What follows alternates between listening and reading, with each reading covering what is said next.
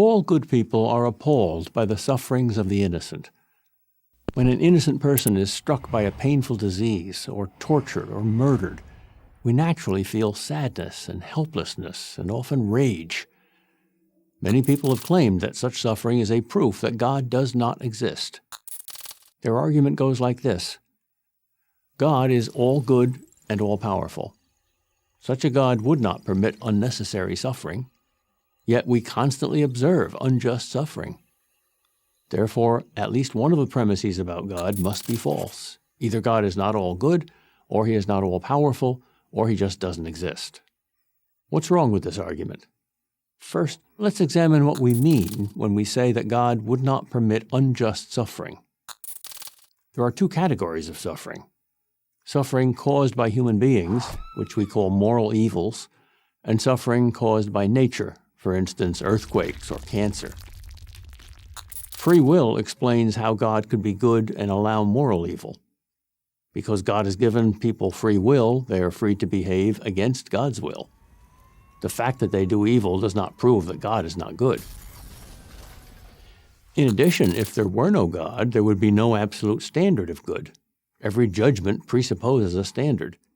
And that's true of our moral judgments too. What is our standard for judging evil to be evil?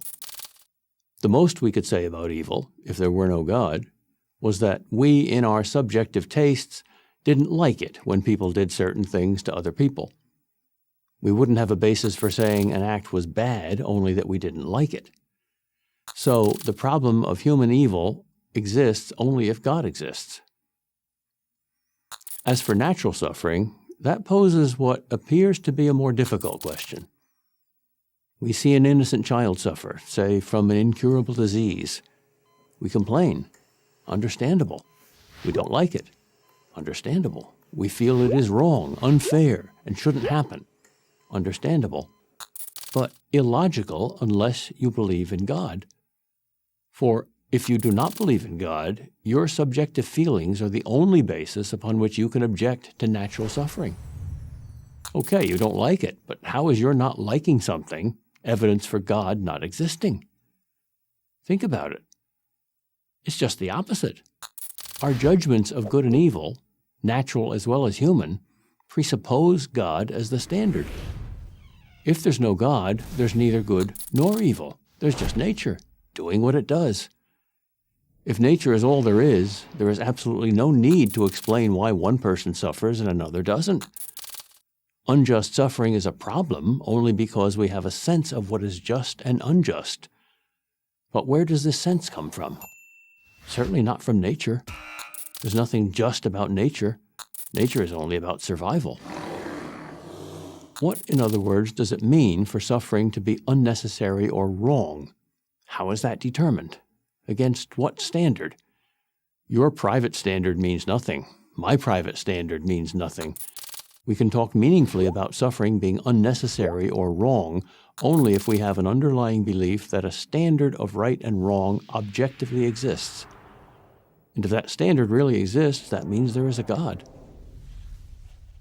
Moreover, the believer in God has an incomparably easier time than the atheist psychologically, as well as logically, in dealing with the problem of natural suffering.